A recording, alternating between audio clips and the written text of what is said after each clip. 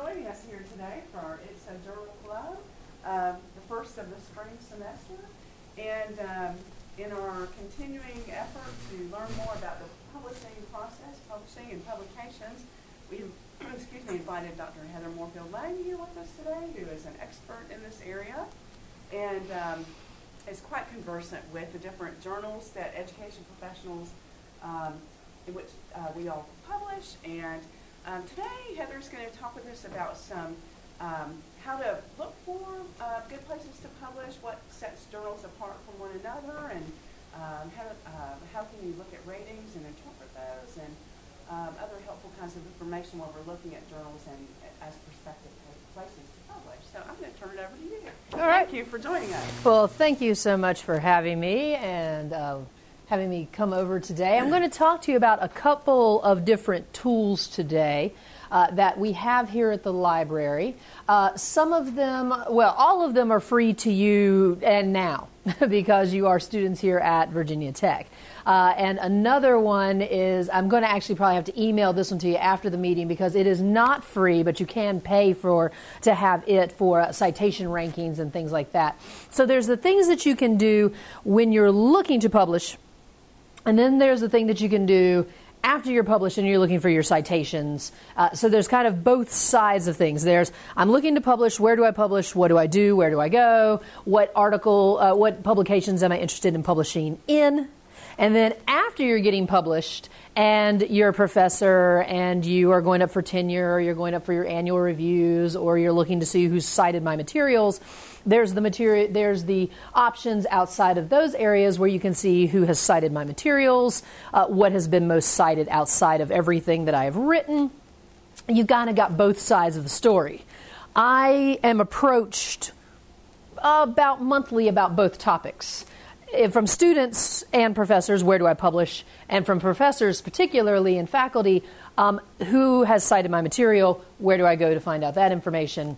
Things like that. I will go ahead and tell you that there's no one-stop shop for really any of it because publishers do not work together. There's no publication clearinghouse where everybody all across the world, except for one tool is pretty good, that everybody who all works together, where you can find all your citations in one place, or you can find all your information in one spot, because publishers don't work together. They all want people to publish with them. They all want to make their money. And so you kind of have to do your shopping around. So just to kind of let you know, it's not that it's difficult, but it's not just way crazy easy either. We always kind of have to shop around. I have a lot of people who ask me, where can I find all of my citations? Well, there's multiple places you can look, and you aren't always going to find all of your citations. Or everyone has cited all of my papers. Well, we're never going to find all of your citations because not everyone cites you correctly, nor does everyone cite you in a way that we can always find your citations. Things like that. So, like I said, there's both sides of the conversation. But I'm getting a little bit ahead of myself. The things I'm going to talk about today, though, specifically, I'm going to talk about Cabell's. I'm going to talk about Ulrichs. I'm going to talk about JCR. And I may talk about a few other things. And I'm going to talk about just journals in general. All tools that we have at the library. Oh, and I'm going to also talk about Google Scholar. Citations. I only have a certain amount of time, and I'm sure people will have questions somewhere along the way. Sorry, the microphone's pulling down my jacket. It's only so heavy. Has anyone, other than Google Scholar, I'm sure you've played around in Google Scholar somewhere along the way, but has anyone played with any of these tools in the past? Hung out with me, come to see me? I'm sure I've shown some of you somewhere. All right, so who's published something? Yeah. Yeah, I've published something. I'm up for tenure this year, so yeah, I'd better have published something. Otherwise, I wouldn't be up for tenure this year. In fact, the letter has now gone to the university level from the library, so that they recommend me for tenure. So yeah. All right. So let's start with, and everything that I am sending you towards is under databases for the most part. And so if you are looking for, I'm actually going to start first with Cabels. Actually, no, I'd put them in order. So they each have different things that they do. If you are looking for a place to say, I have an article or I have a paper that I've written, and I'm trying to find a place to publish. And I get these emails quite a lot. Heather, we've written a paper, and we're done with it, and we need to find a place to publish. I think I've gotten that email from you guys. And we really need a good place to publish it. Where should I go? And a good option for that is Cabels. And so you go to the Databases tab, and you type in the word Cabels. Pretty easy. It is 2 L's. At least I hope that's how it's spelled. There we go. And this is the Cabels Directories of Publishing Opportunities. Up until 2 years ago, I had a 3-volume set in print only on our shelves in the library, and that was it. So all of my off-campus locations, nobody had them, things like that. We only had them here. And then they accidentally got discarded, and I'm really not being facetious. They accidentally got discarded. I asked for the 1999 version to be discarded, not the 2010 version. They got switched. The 99 ones were still on the shelves and not the 2010s. I went, well then, I guess you guys have to get me the online version that I've been wanting for the past 3 years. And that's exactly what they did. So when you go to the Cabels Directory of Publishing Opportunities, you will find that you have a nice list of all of the different publishing topics that we have. And I have all of the educational options right here. Curriculum and methods, psychology and administration, as well as educational technology and library science. Now, not every publication known to man in the field of education is here, but quite a few are. We also have psychology and psychiatry. We do not have, as you can see, access to these yet. You'll see what we do have access to. And though it says access until this date, we will continue to, if I have anything to do with it, we will continue to have these. So, the way this works is you can, let's say that I want to do educational technology. That's a fairly popular one as I look around the room and the crowd that I'm with today. So if I click on Educational Technology and Library Science, I click Access to a selected directory, and then you have a couple of different options. You can actually do a drop-down menu, and you can choose. You can say that you want a journal title that contains any particular word. You can actually look for acceptance rates, and not to belittle or insult anyone's intelligence, but acceptance rates are what is the percentage that a journal is going to accept you? You may have anywhere from 5 to 80%. The lower the acceptance rates, the higher the echelon, if you will, the better the journal, in theory. I tend to hang around myself the 40 to 50% acceptance rates at this time. A lot of people, though, the higher you go, assistant to associate to full, you're looking more at the 5, 10, and 20% acceptance rates. As I said, the lower you go, the better the journal. The lower the acceptance rate, the better the journal, just to let you know. I have been accepted into a 20% acceptance rate journal. Yay. That was a co-author. I've been, it just kind of depends. It's a wide, what's the best you've ever done? 10%. ATR&D, that's our top. That's your top. Yeah, that's your top journal. And you begin to know what is your top level journals, your top tiered journals. You will know that they are the ones that have the top tier journals have the lower percentage or the higher acceptance rates is what they call them. Lower percentage, higher acceptance rates are what they are called. This is also where you're going to find your peer-reviewed, double-blind reviewed, processed journals, where you have 2 or more people that do not know who you are reviewing your journal article that you have submitted to see whether it can be or passes muster to be published. All right, so, and we'll try instruction. You can just take a look. That will probably have quite a few. So we have some different ones. We've got the International Journal of Instructional Technology and Distance Learning, Journal of Curriculum Instruction. We have Technology, Instruction, Cognition, and Learning. So it quickly tells you that which ones are blind, double blind, blind. Any of these that you wish to see, let's see. Do any of these interest you more than any others, gentlemen? The last one. That's what I figured. All right, so, and people will email me and say, this is what my journal is about, or my article is about. Can you find me 5 journals that I might be interested in submitting to? And so what I do is I go through and I take a look. So I click on display. And when I go into the display process, it's going to tell me about the actual journal. It's going to tell me who is the contact information, the email, the process, the website. This is important because that's going to take me to the journal, which is going to tell me the submission process, their citation process, because if you don't submit your journal correctly, if you can't actually follow instructions, then they're probably not going to read your article. It doesn't matter how good it is. You need to know how to follow instructions. I just finished reviewing 51 applications for a national grant. 5 people didn't even get reviewed because they couldn't follow instructions. Full-grown people could not follow instructions. We only asked for 4 things: CV, reference, recommendation letter, and an example of at least one publication at the peer-reviewed level or work coming up on a peer-reviewed publication. Somebody sent us a CV and nothing else. Somebody sent us a cover letter and a CV and nothing else. It's like, come on, people, read the instructions. So if you can't follow instructions, there's a problem. Okay, so, sorry, I digress. And that was only my batch. There were other reviewers, by the way. So you need to make sure that you are following instructions. So acceptance rates, 30%. And then invited articles. Invited articles. What this means is pretty self-explanatory, is that they actually invite people to write for them, which is nice. When you start building a reputation, especially with certain journals, with certain editors, you start to be invited to different journals. Have you been invited? Great. I've been invited. I get invited to more popular materials these days than I am to scholarly.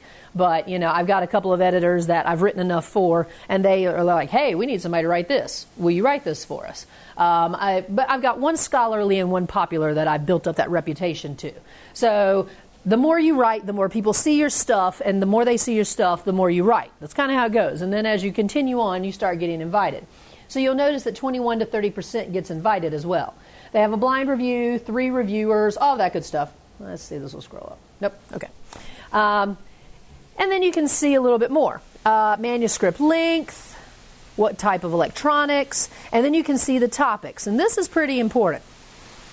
The types of things that they want. They're looking for computer-aided assessment, design and development of software, distance learning, educational technology systems, info technology, media and technology research, virtual learning environments.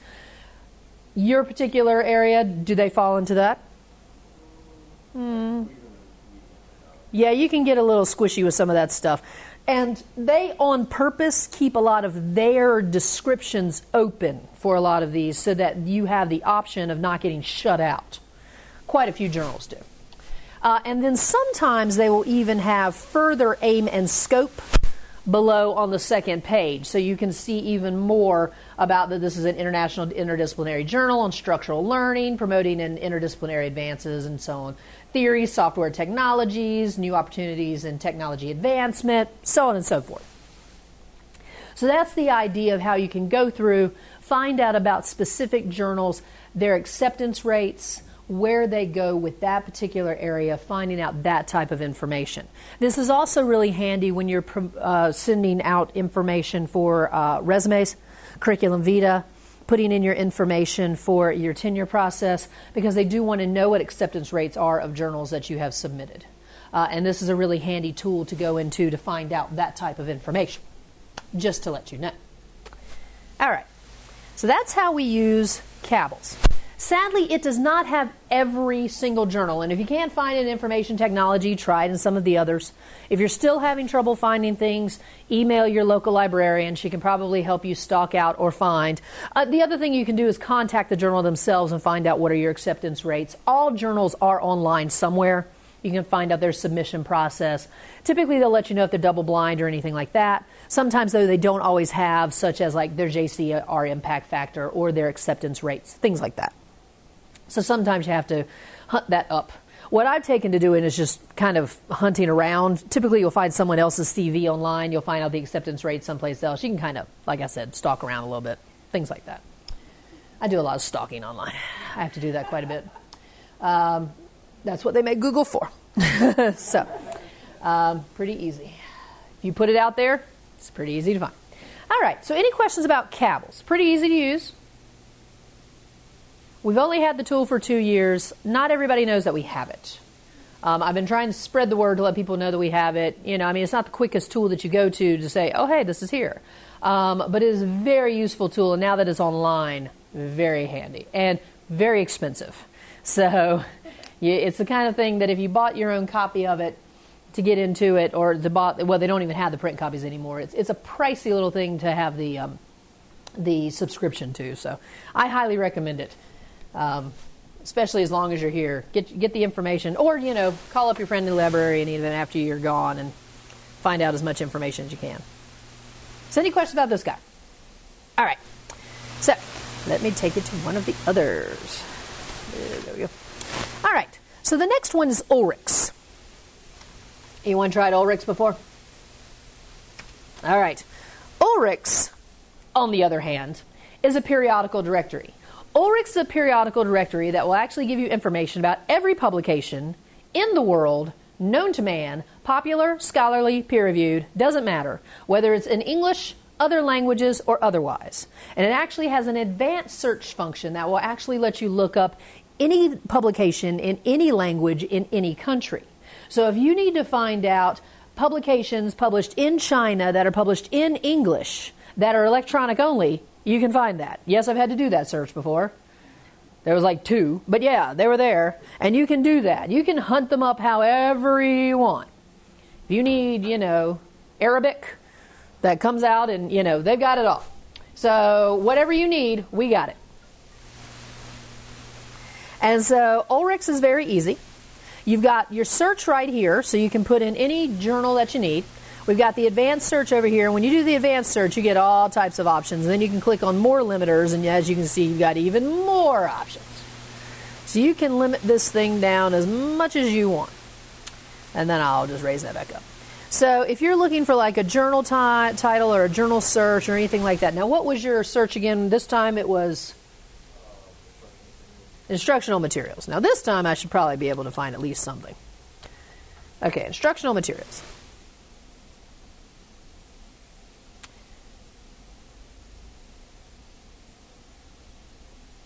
All right, so this gave me, well, 2,800 different types of journals that gave me something along the lines of we can have different serial types. I can narrow this down to different journals. Let me see those. Let me filter those out. All right, so these are the different types of journals that are specifically revolving around something with instructional materials. And then I can actually look. Sometimes they are replicated because if they come in print and electronic and otherwise. And you can see up here which ones they will tell you out the gate are refereed, which ones have table of contents, which ones are electronic. They'll tell you that. But then you can also say that I might want to see like instructional science. It is from the Netherlands, whether you're interested or not. I actually have published with a group in the Netherlands once, Chara. For one of my arts pieces. And so when you click on this, now it's going to give you a little bit more basic information. It is a publisher's directory. So it's going to tell you the title. It's going to tell you when it comes out. It's going to tell you if it is active. That's important. If it's not active, you don't want to submit to it. There's not. It already takes like 3 to 6 months sometimes. I can find out in about 2 months if something's been accepted. But I mean, it's been 6 months for a couple of my journals that I've submitted. My articles. I say journals. Journals the big thing. Articles the small. But you submit, and it can take 3 to 6 months sometimes to find out if something's been accepted. Something you have written can sometimes take a year for it to get accepted, much less published. I had one that was accepted, and it was accepted reasonably fast, but depending on, it came out bi-monthly, but this comes out bi-monthly. I had something that came out only 3 times a year. So that particular article that I had was accepted pretty quickly. It wasn't going to be published for 2 years. It was accepted in 2011 and it wasn't published until 2013. And so by the time I finally read it, I was just like, oh my gosh, can I edit this now? Because I just, anyway. So it'll also let you know whether it's refereed, yes, abstracted and indexed, what type of serial type, is it just academic scholarly. It will take you directly to the journal's website, things like that. And then it'll also tell you subject classifications, things like that. The thing about this one is, and it'll give you the journal cover or stuff, it won't really tell you, it'll tell you price and online availability.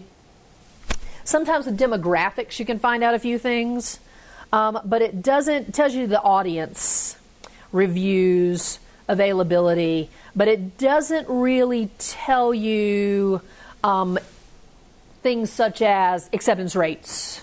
It doesn't really tell you things such as impact factors.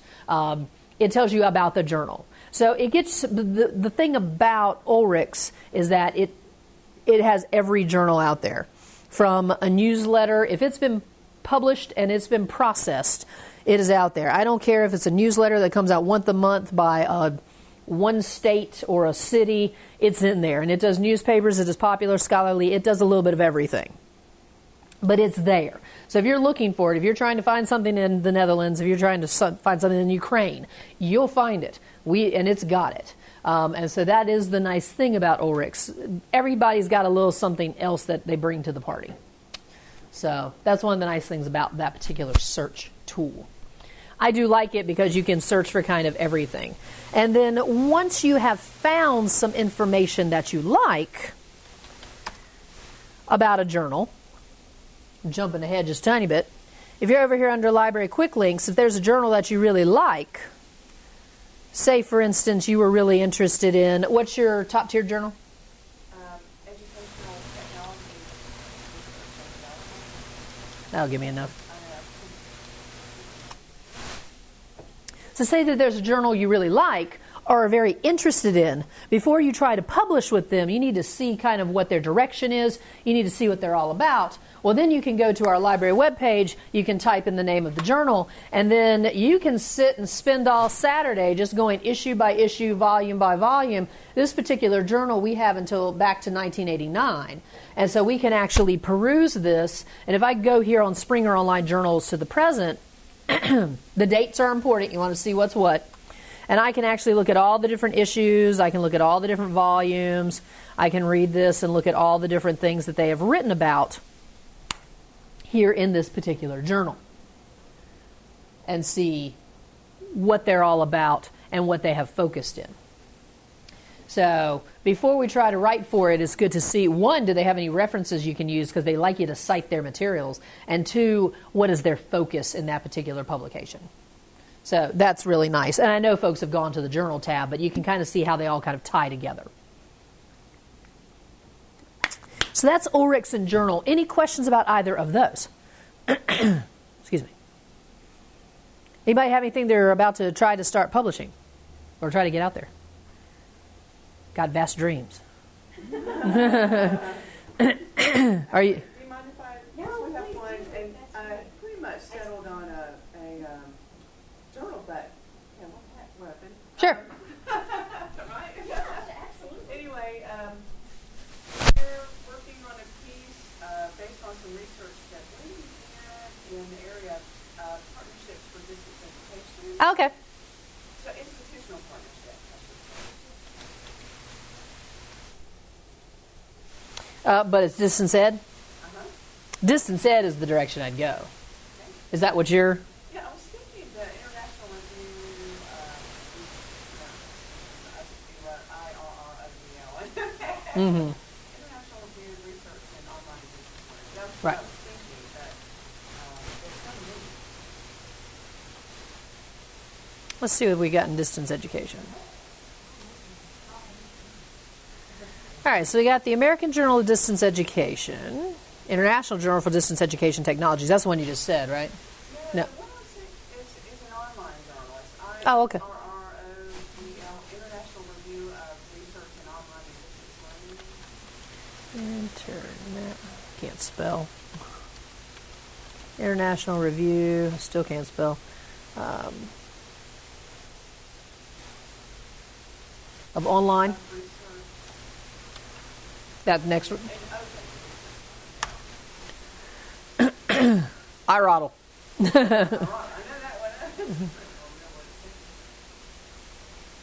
All right, so you got that one by the Athabasca University. And then this one's an open access journal. So you got that. And now, if we go over to Cabell's, Ulrich's, we can check that out and see what they have to say. So if you want any information about them, let me copy. So we can use a couple of different tools here.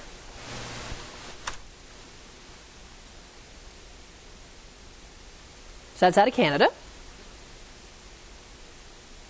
So it's pretty new, started in 2000. Active, comes out quarterly, so that's nice. Means they're going to want stuff. They're online, so they can pretty much accept as much or as little as they wish. Refereed, abstracted, online journal, academic scholarly. Aims to, you can see their aim and their scope. Theory, research, and practice in open and online distance learning. So, the direction you're headed is perfectly valid. Yeah, it's a great fit. If you were looking for others, if you wanted to say the American Journal of Distance Education, 11 to 20%.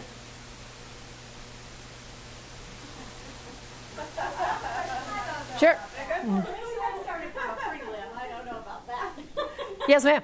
So when you submit an article and say, you submit it to like these journals where they have a really low acceptance rate, and then your article gets rejected, do they tell you why, or do they give you feedback? You will get feedback. Okay. Yes, you do get feedback because the reviewers, they have a form that they have to fill out, and you receive that.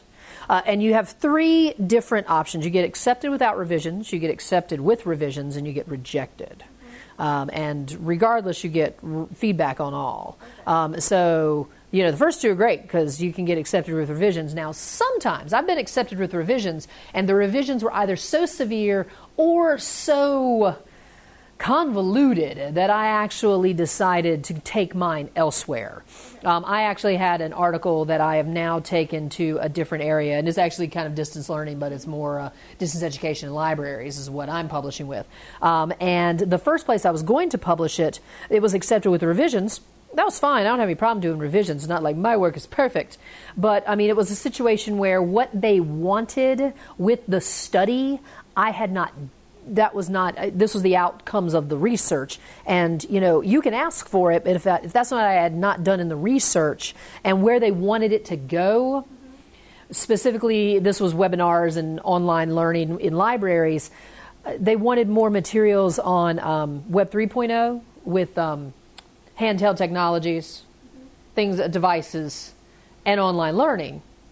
Well, there's not a lot of work going on right now because most of your Scholar and your Blackboard and all of those types of things when it comes to webinars, WebExes, they don't work very well with handheld devices right now. So there was not, and that was 2 years ago when all this was going on, there really wasn't much to talk about. So it was the type of thing where what they wanted, I wasn't going to be able to give them. Okay. And so, it's my choice whether I want to do those revisions or not. And your choice too. But yes, you will get feedback. Typically you get feedback. There's been a couple of situations where I was rejected, and the more you write, the less you get rejected, I find. Also, the more you write, the more people you start getting those relationships with, and the more journals you start kind of leaning towards. You start getting like your 5 or 10 that you just kind of start publishing with. I don't know if you find that to be the case. When you start, because if you start finding people that you publish with a lot, you tend to kind of, go with those folks. I know that's the case for me. I try to branch out from time to time, but, and it's good to branch out some, but, there's also people I know I'm not going to publish with much because my area is not going to work for them. Well, but what if, so you find a journal that, would kind of fit in with Sure. what you're doing, Yeah. but, I've never published anything Sure. before, so I have no idea what. Yeah, you have to start somewhere. You always have to start somewhere. I started with online journals. I started with an open access online journal that specifically touted that they work with new authors. And they work through the process of working with new authors. And I was accepted with revisions. And, I had a couple of iterations. And that's, they really wanted to work with new people. And so that was something that really was appealing to me. So that kind of thing was very attractive. But everybody's got to start somewhere. There's always new authors. And when you've got, say, like in our qualitative research class, that class always ends with a journal. And so you're typically going to try to publish that somewhere. And if it doesn't get accepted by one person, you take it, because you can't always send it to more, you can only send it to one person or one journal. And then if it doesn't get accepted, then you can send it to somebody else. And so you can't send it out to 6 people to see what happens. It's not like a job application. Sadly, though, a lot of people wish. And because it takes a while. All that stuff takes time. But yeah, and we all get rejected, even years in. We still get rejected. You get rejected? Yeah, I get rejected. So, nobody gets accepted all the time. There's some people that you know that you got some sure shots with, but but if you want to like branch out, there's going to be times you get rejected, especially on full out studies when it's like solid research. Yeah, there's things that you're going to float by some journals that, though they might like what you're doing perfectly fine, it's just not going to fit into their theme that year. Nothing personal. It's just not going to work with what they've got going on that year or that particular. They only have 3 issues that are going to come out, and they're doing this year, or they've only got 1 left, and it's just not going to work. So it's nothing personal. So it happens. It's like theater. Just get ready. Rejection will happen. It does occur. So, but yes, that's a very long answer to your very short question. You do get feedback commonly. Hopefully it'll be helpful. Hopefully it will be helpful. Yeah, as opposed to this person doesn't know what they're doing. That's not constructive. And any reviewer who's writing like that needs to get out of the business, because I review for a journal, and what I say, I do tend to lean a lot towards citations and flow because that's my strength, and so I try to be helpful in that area. Hopefully the other reviewer is helpful in content. So, but I know that's where I kind of lean towards, make sure your strength, you shore up that APA, make sure you're helping with this, make sure you're helping with that, make sure you tie these pieces together, stuff like that. We all have our strengths in the area of review, but I try to make sure that my stuff is positive and useful. I probably accept more people than should be accepted, but I'm real kind of like, let them all come in. But sometimes there's just there can be some kind of wimpy stuff, especially if the research isn't well done. Anyway. All right. So let's see. Are you guys building effective delivery systems, course design, facilitating interaction between students and instructors? Student achievement satisfaction? Changing the roles in institutional culture? Any of that stuff fit for you guys? No? Okay, then this is not the journal for you. But you can see how that might work. So you can kind of roll through. All right, let's see what else we got out there. I think I got rid of the one I wanted. Okay, there we go. Let's see, Distance Education, International Journal of Distance Education Technologies. Let's take a look at this one. So, you can see how it goes. And you've probably found what you're interested in that's a really good fit, and it works out very nicely for you. Let's see, managing multimedia production, professional development, virtual learning environments. Any of those? Nope. All right. That's not the one for you. International Women Online Journal of Distance Education. Well, you're women. Let's see what else we got. Let's see. Media and technology, policy and program development, professional development, virtual learning environments. No? All right. So you can see how the process goes. You start looking for the topics, you start looking for the scope. And some of them, like we were looking at, some of them are a little more wide open. So issues and challenges providing theory, research, and information to global learners of any kind in distance education or open learning applications. They try to meet continuing education needs for practitioners and educators to provide a forum for the discussion of extended learning strategies. Yeah, So, It's interesting. yeah. I've heard of that journal. Well, and the other thing is if you really, as you're shopping, you can kind of look around and say, okay, that's not spot on for this one, but hey, keep that one in mind for something else. Or, hey, I'm writing this other item, or I'm about to start this other research. This might really fit. For instance, I'm about to start a new piece of research, and sometimes I start research with a definite journal in mind, but sometimes I start a project and I don't particularly have a place where I know it's going to go, which is a little more difficult. I have presentation venues I know I want it to go, and one of them is a peer-reviewed with a journal. If it's accepted, you can submit the paper for a journal that goes with the presentations with this particular conference. But it's the kind of thing where you want it. If you're going to put that much work into it, you want it to be peer-reviewed, published as well. So it's the kind of thing you definitely want it to. And it's what I'm focusing on is 3D printers and maker spaces in libraries and their successes and challenges. Yeah, it's the kind of thing that I know would get published. I just want to make sure that I send it by the right locations. And yeah, that type of thing. All right. So the next thing I want to talk to you about, any questions about those? Thanks for letting me play with a real life activity. And I did distance education, but I could also do distance learning. And that was only one of the cabals. There's 2 others.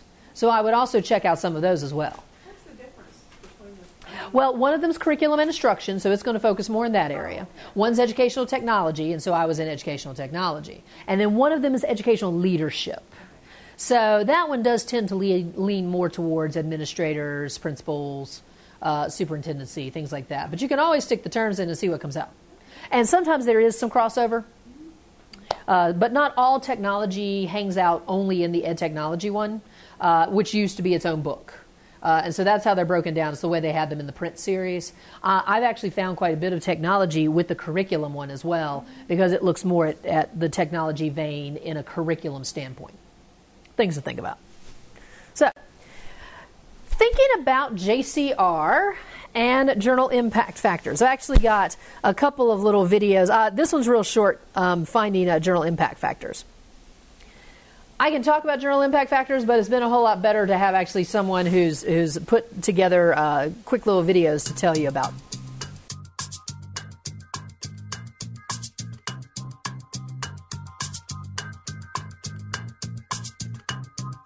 Welcome to episode 26 of In the Know, the Education Library's podcast series.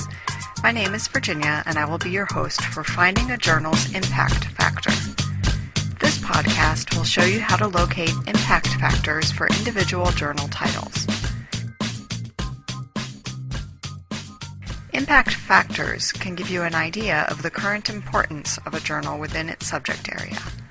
According to Journal Citation Reports, which calculates and publishes impact factors, the journal impact factor is the average number of times articles from the journal published in the past 2 years have been cited in the Journal Citation Reports year.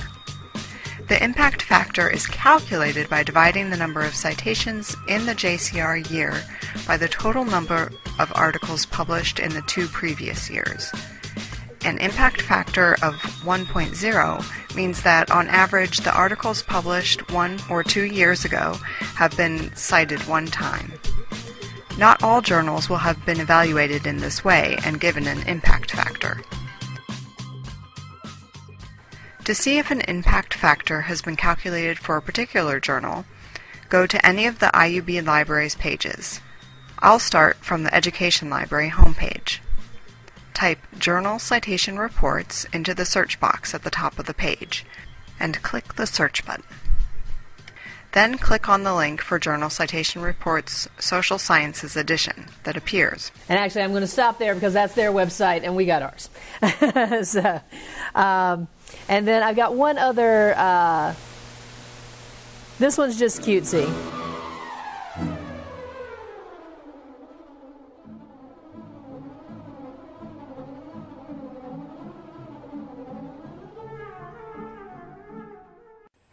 Sam, I think this is our best work ever. I know. I mean, it took so long to get this paper written, but I think we can get it in a good journal. I think we have to submit this to the best journal we can. Do you think of Nature? I think so. All right. I think we should. All right. Go ahead and submit it. No one's answering. Well, we'll submit a pre-submission inquiry. How about that? Okay. All right.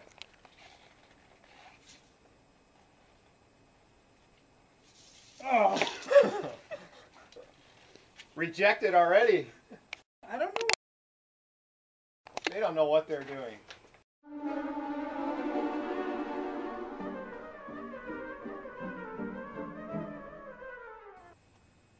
Well, that rejection came really fast. I know. Maybe it was too specific for Nature or something. Maybe. I don't think we should let those people decide how good our science is. No.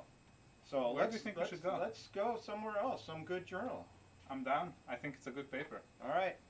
Well, let's try Nature Cell Biology. Yeah, I think that's a good idea. All right. It's more specific, more field specific. They'll like it. Yeah. I'm sure they will. All right.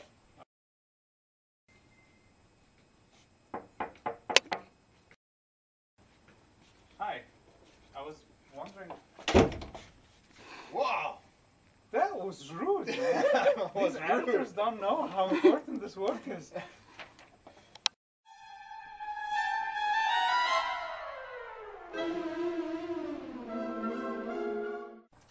Man, this rejection was hard. Well, those editors obviously don't know what they're doing. No. Well, we should still submit this. This is really good work. We should submit this to a really strong journal. Like something that's like more academic. Like Yeah, something run by scientists, Yeah. not by professional editors. I think so. So let's try Journal of Cell Biology. I think that's great. Do you know the editor there? I know some of those editors. I think that can help. That might help. That can help. All right.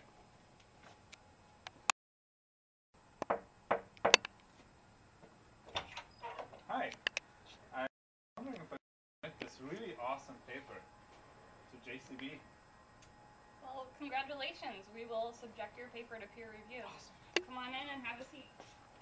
All right. You got the idea. All right. Anonymous peer review as they stand at the door. All right. So that's an idea of JCR. I mean, it's a kind of a funny idea, but I rather they explain JCR just a little bit because one, it talks about math. I'm going to let somebody else explain math. So it is the number of citations divided, the year, you've got everything involved with, it's how often something's been cited, divided by the citations, and how all of that works. And that's the reason why I wanted that to be explained. If you like these, I will happily email them to you, and they're kind of cutesy, but easily shown there. Let me bring this up. Now, I will go ahead and let you know that, one, not every journal has JCR impact factor. The higher the number, now this is a little bit different as opposed to the acceptance rates. The higher the number, the better the journal is the way this one works. When it comes to the acceptance rates, the lower the number with the percentages, the better the journal. So, it gets to be quite fun. I will go ahead and let you know that the sciences do look more upon the impact factors than we do in the social sciences. In fact, it is a lot harder to find the impact factors for our journals, especially in our fields. I will go ahead and let you know people do not come to talk to me a great deal about the impact factors because we just don't have to hunt them up nearly as much. I don't know about you. I don't have to find hardly any impact factors for mine if I can find impact factors for mine, especially in the field of technology or library science. So it just kind of depends. But if you ever want to find impact factors, you click on databases just like normal. You type in JCR, and it will take you right over to JCR Journal Citation Reports.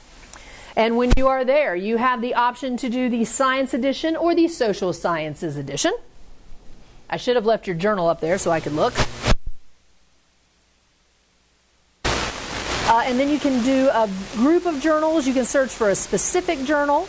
And then I submit. And then I can put in the title. What is the name of the one you were just... Right. Your top tiered. Let's try educational technology. I'll just put in educational technology and see what we get. All right.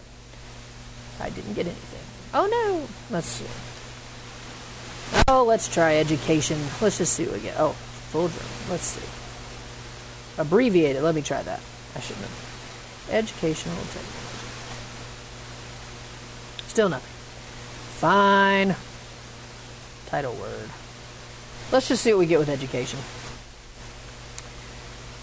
That's going to give me a full ton. All right. Journal in web of science. I need to write it down and keep it on a post-it somewhere. How is web of science and what's there? Sure. Because original it's not exactly. Is it come up for you? So is it an abbreviation? What is it? The one we're looking for. I've had a hard time always finding it through. Oh, is it here? It's in there somewhere. I just never remember how to read it. Is it this one?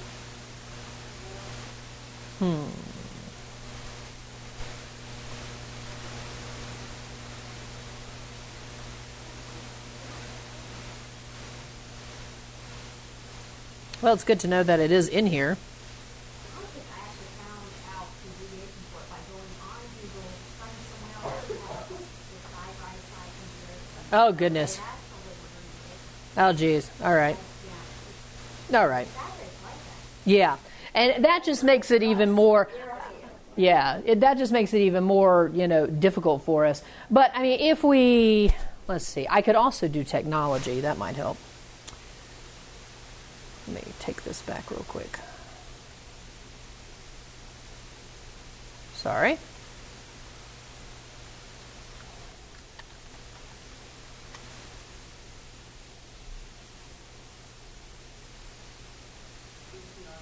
Ha-ha! Yeah, I'd find it somehow. All right. So ETR&D, you'll get your ISN, you got your total citations, your impact factors, your 5-year impact factor, citable items, site life, things like that. You've got all of your information and where it comes from, things like that. But you do have that information up there. You've also got your eigenfactor scores and all of those different areas. This is not my strength. I will go ahead and tell you, hence the reason why I bring in the videos. There's many things that I am very strong at explaining, but yeah, when it comes to the impact factors, it's mainly I am here to help you know where to go, where to find them, help you out on what are the best terms, or if we have to find out what's the best way to hunt something up on here, things like that. But we do have them, finding those impact factors for before publishing, if you're looking for those specifically. Really, a lot of this, I mean, it does, if you're looking for those high impact factors to publish with, really, I attest the JCRs for more after publishing when you're looking for the impact factors for tenure, for putting these items on your CVs, things like that. But I can see where it would go both ways. So just to let you know. Now, any questions about how to find this information? You okay there, Larry?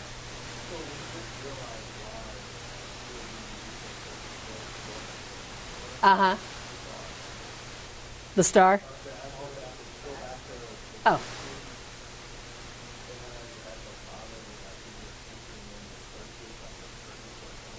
Sure.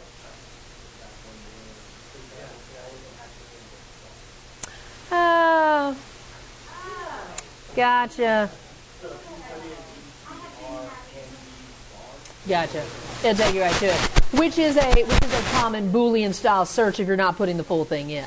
Yeah, that's the it's the idea of search for this and then anything. Yeah. You can do that. We used to be able to do that with Addison. If we wanted to see every book in a language, you could put in, Chinese and then star, and then you could get every book that was in Chinese. Things like that. It doesn't quite play that way anymore, but, things like that. That was the look for everything mark. And trust me, people don't walk around in life knowing that star means you can search for everything. We're not born with that knowledge. That's a search thing. All right. One last thing to show you. Now, I know we know Google Scholar. And you probably know that we have Google Scholar connected to our databases. Come on. There we go. All right. So we do have it connected to our Scholar pages. If you are not familiar, who has put up their My Citations page yet? Anyone put up My Citations page yet, Dr. Lockie? If you haven't, you should. You'd be the one in here who would have a lot more than most of us. All right, so if you click on My Citations, you can actually set up a My Citations page. And when you do this, it's the same as your Google. You just sign in with your Google account. And when you do that, it will actually go through Google Scholar, find every publication that is out there, and it will go through and find out how often your particular items have been cited according to the alt metrics of Google Scholar. It will rank them, list them, and post all the citings. Hey, something new's been cited. Sweet. All right. Score. I've only been writing since 2009. So I've barely been writing for 4 years. I have 30 publications out. This says 19. Some things I'm missing. But it pulls what it can find. And you can also set up Google Alerts, of course, and it will let you know when it has found a new publication, things like that. Some of my publications are things like book reviews that it's not going to find. Some of them I also wrote for a while for a kind of, it was a print-based newsletter in the field of library science, so a lot of those aren't going to be on there. So that's probably where some of the others are. Not everything's always going to show up, but the big stuff's in there. This is my oldest one. And so, and qualitative reports. If any of you guys are qualitative, this is the online publication that really likes to work with new authors. So they're very user-friendly, very nice, great group of folks, peer-reviewed, but they are qual-based. So if you're quantitative or mixed methods, they're not going to be for you. But qualitative, they're great. And I see that I have more citations. Now, if I brought up and put all of Penny Burge's work in there, yeah, she's going to blow me out of the water. But she's also been writing for a really long time. She was writing when I was in middle school, so I look at people's I just had to run through 50 people, no, not 50, like 21 people's CVs, people who, had been writing since, I was 4. Yeah, they got me beat. That's all right. That's okay. I only graduated with my degree in 2008, so it's taken me a little bit of time, but I'll keep going. But this is really quite handy. This is one way to get your citations. Web of Science is another place where you can hunt for you. You can look for yourself by name. You can look for journals by article. You can get your citations as well. And then there's one other tool that is paid for.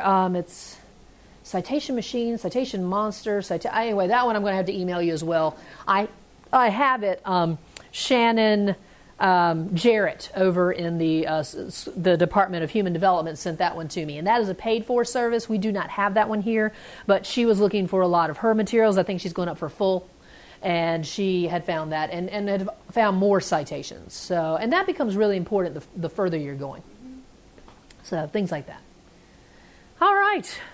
So I have regaled you with a whole lot of different tools for both finding places to publish. I'm in the way. Finding places to publish, looking for places to publish, ways to find your metrics, your alt metrics, and everything else for your journals. Any questions? Or have I just, given you more to churn your brain, keep you up at night? Or sure, you can ask anything you want. Do you have an app for that, the game? Or is that just... Rhythmatical? Yes, yeah. That is an app. Is it for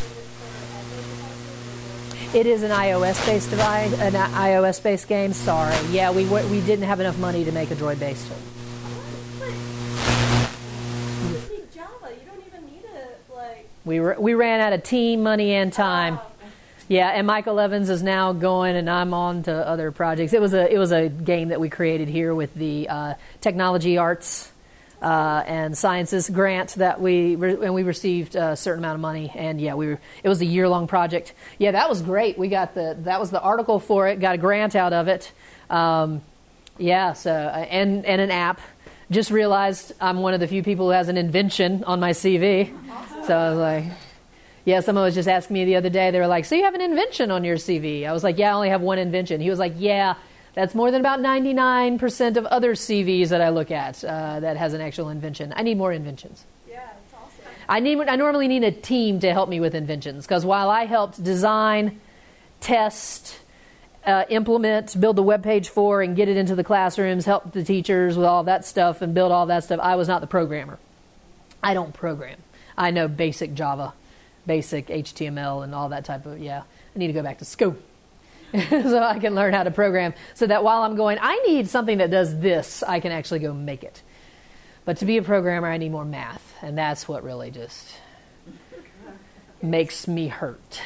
There's a new T-shirt that I want to get that says 4 out of 3 people struggle with math. That's the new T-shirt I'm going to buy this week. Yep. I have a Yes, ma'am. library question. You go ahead. I have been hunting around for an app that my idea was that it would be like a flipboard, that you could, get down the content. But for the library, you only have to sign in once, and then you can have your journals sitting there on a shelf. I found that they did exist, and I cannot remember the name of it. Browsing. That's it. But we do not subscribe to it. We are just about to. Oh, Lord. We just got the budget. Yes. Yeah. Wonderful. Yeah. I'll bring it up right now. And a cheer went up across the land. Hold on, let me sign out. Yes, we have the budget. That's not what I want. I want Google. Just regular Google. Yeah, right now you can only use it for. Okay, so this is browsing.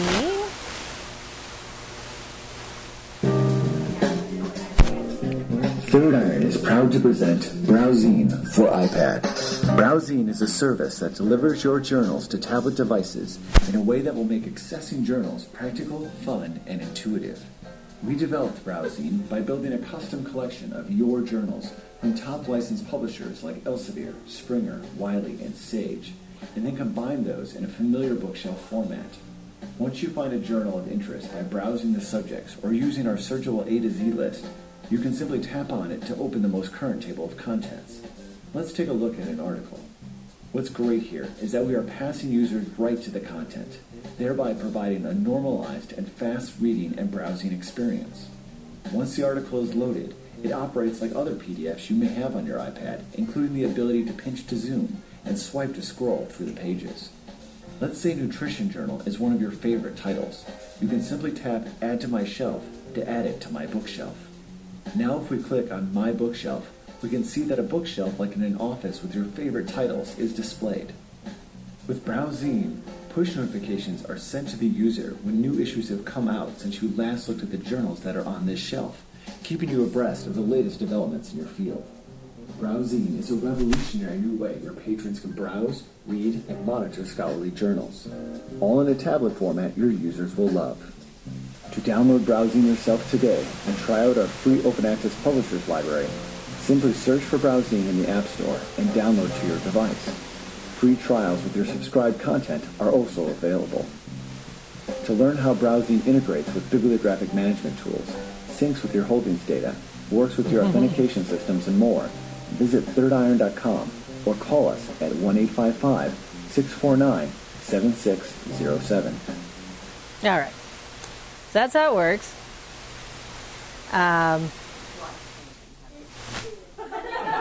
So we've got the budget for it. Yeah, we have the budget for it. I just found out from our latest collection development meeting that we are going to get it, and we are paying for it. And we will be. This will be connected to all of our journals, all 43,000 journals, and all of our databases. And you'll be able to. Yeah, you'll go in, and what will happen is you'll have a connection through Virginia Tech, and it'll connect to all of our journals, and you'll just pull them.